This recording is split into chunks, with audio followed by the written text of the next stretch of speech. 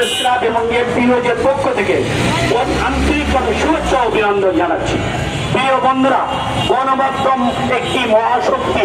বিশ্বব্যাপী আওরঙ্গজেব কামাল জনাব দেশের পক্ষে এই পর্যায়ে গুরুত্বপূর্ণ বক্তব্য যে সংসদে যারা এসেছে অষ্টম শ্রেণী পাস 5 পাস, তারা কিভাবে গণমাধ্যমে শিক্ষিত করার চেষ্টা করবে।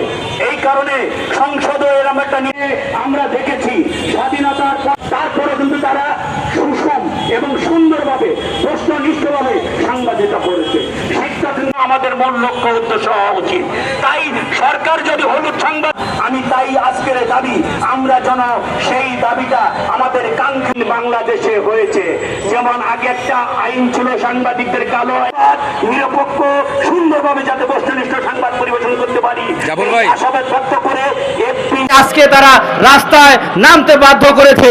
সংগ্রামী ভাই ও বন্ধুগণ, আমাদের সহকর্মীরা এখানে যারা আছেন, এখানে আমরা দীর্ঘদিন যাবৎ এই অবহেলিত এবং এশিয়ান টেলিভিশনের কিছু লোকের কারণে, ফায়দা লুবির কারণে আজকে আমরা এই মাঠে এসে দাঁড়িয়েছি রাস্তাঘাটে, এবং আমাদের এই ত্যাগ বিভিন্নভাবে ত্যাগে বিনা নোটিশে এবং চাকরিচ্যুত করেছেন, এবং আগামীতে যাতে এই ধরনের যদি কোনো চাকরিচ্যুতি করা হয় না, সে তার একটা অঙ্গীকার আমরা চাই। এবং তথ্যমন্ত্রী থেকে শুরু করে প্রধানমন্ত্রী দপ্তর এবং আমাদের গণমাধ্যম কর্মী যেখানেই নির্যাতিত হবে সেখানেই সকলকে আমরা জানি পাশে পাই, এবং যাতে আমাদের অন্যায়, আমাদের বর্তমানে পরিস্থিতি এতটাই খারাপ যে আমাদের সংসার চলে না, যেখানে আমাদের সংসার চলে না এবং চাকরিচ্যুত করেছেন, এবং তাদেরকে আমরা দৃষ্টান্তমূলক শাস্তির আওতায় আনতে পারি, এবং যাতে আমাদের পুনরাবৃত্তি করা হয়, পূর্ণ চাকরি নিয়োগ করা হয়,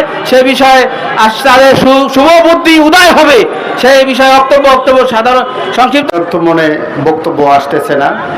আমি ধন্যবাদ জানাচ্ছি এখানে এই এশিয়ান টেলিভিশনের সদ্য চাকরিচ্যুত সকল সহকর্মী ভাইদের যারা দূরদূরান্ত হতে এসেছে। আমি একটা কথাই বলতে চাই আমাদের এশিয়ান টেলিভিশনের কর্তৃপক্ষকে, যে এই এশিয়ান টেলিভিশন যখন একটি পর্যায়ে ছিল সদ্য, তখন আমাদের পরিশ্রমে, আমাদের অক্লান্ত পরিশ্রমে বিভিন্ন সংবাদ, বিভিন্ন তথ্যপত্র প্রদানের মাধ্যমে আজকে এশিয়ান টেলিভিশন বাংলাদেশের একটি জনপ্রিয় টেলিভিশন হিসেবে পরিচিতি লাভ করেছে। কিন্তু অত্যন্ত পরিতাপের বিষয়, এই টেলিভিশনটি যারা অক্লান্ত পরিশ্রমের মাধ্যমে আজকে একটি পর্যায়ে এনেছেন, তাদের বিনা নোটিশে, বিনা কারণে সকলকে, সারা বাংলাদেশের প্রতিনিধিদের, স্টাফদের চাকরিচ্যুত করা হয়েছে। তার মধ্যে যারা এই চাকরিচ্যুত হয়েছেন তাদের পক্ষ থেকে এই অবৈধ বিনা নোটিশে চাকরিচ্যুত করার তীব্র প্রতিবাদ এবং নিন্দা জানাচ্ছি। আমি প্রায় এশিয়ান টেলিভিশনে দীর্ঘ 7 থেকে 8টি বছর আমি এই চ্যানেলটিতে কাজ করেছি। আমার কথা হলো, আমরা যদি কোনো প্রতিনিধি, সারা বাংলাদেশে প্রায় 800 প্রতিনিধির মতো আমরা এই চ্যানেলটিতে কাজ করি, যদি আমরা কোনো এই চ্যানেলটিতে যদি আমাদের কোনো প্রতিনিধি যদি কোনো কাজ করে থাকে, যদি কোনো অনিয়ম করে থাকে বা কোনো চাঁদাবাজি কোনো জায়গায় করে থাকে, আপনারা তার বিরুদ্ধে ব্যবস্থা নেবেন। কিন্তু আমরা যারা প্রায় সুনামের সহিতভাবে আমরা এই চ্যানেলটিতে এত বছর কাজ করতেছি, আমাদের না জানিয়ে কেন আপনার অব্যাহতি দেওয়া হলো? এবং আমরা এশিয়ান টেলিভিশনের এই যে এত দুর্দিন গেছে, আমরা প্রায় 8টি বছর হবে, আমি প্রায় 8টি বছর এই চ্যানেলটিতে কাজ করেছি। তো আমাদের না জানিয়ে আপনারা কেন এই পদক্ষেপ আপনারা নিলেন? তো আমি চাই যে আমাদের যারা এই প্রতিনিধি অনেক দূরদূরান্ত থেকে, বিভিন্ন জেলা থেকে অনেক প্রতিনিধি আসছেন, আমি চাই যে আমাদের এই প্রতিনিধিদের আপনারা ফিরে আবার যাতে এই চ্যানেলটিতে আমাদের নেওয়া হোক আপনাদের কাছে। আমাদের মানে খুব কষ্টের সাথে বলতেছি যে আমরা এত বছর কষ্ট করেছি এই চ্যানেলটিতে, বিভিন্ন সময় বিভিন্ন জায়গায় রোদে আমরা কষ্ট করেছি অনেক। আমি একজন নারায়ণগঞ্জ থেকে আমি আসছি।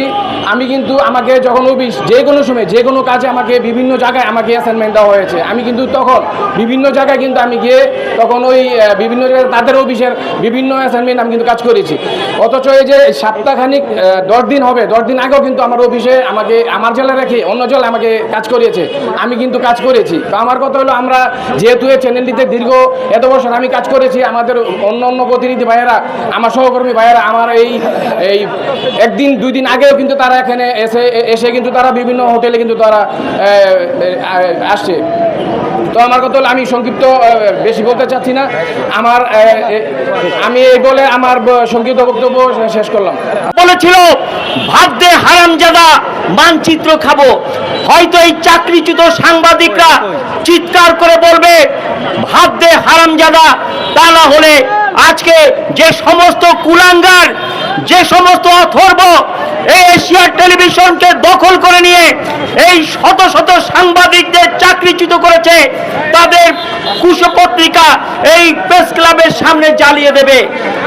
আমরা আজকে দায়িত্বহীন ভাষায় বলতে চাই, জয়কালে ক্ষয় নাই আর মরণকালে ওষুধ নাই। আজকে রাতারাতি ওই খোরশেদ সে এশিয়ান টেলিভিশনের যখন সিও হওয়ার পরে তিনি রাতারাতি এশিয়ান টেলিভিশনকে বদলে দেবেন। তিনি প্রথমে বদলে দেওয়ার জন্য 6 কোটি টাকা বরাদ্দ নিলেন, মাসে 5 লক্ষ টাকা বেতন নিচ্ছেন। 3 মাসে তিনি 15 লক্ষ টাকা নিয়েছেন এবং 6 কোটি টাকা বরাদ্দ নিয়ে প্রায় 800 জনকে চাকরিচ্যুত করে সেখানে নতুন ব্যবসা, নতুন ধান্দা শুরু করার জন্য নতুন প্রজ্ঞাপন জারি করেছেন। আমরা স্পষ্ট ভাষায় আজকে এই বিশ্ব গণমাধ্যম দিবসে বলতে চাই, আগামী 24 ঘন্টার মধ্যে ওই সিও খোরশেদকে ওই এশিয়ান টেলিভিশন থেকে অপসারণ করতে হবে।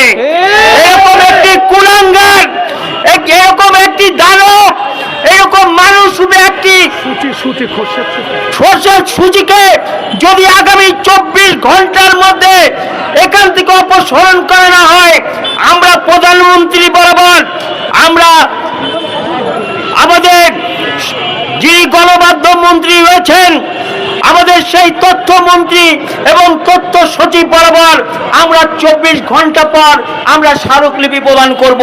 চাকরিচ্যুত করা হয়েছে।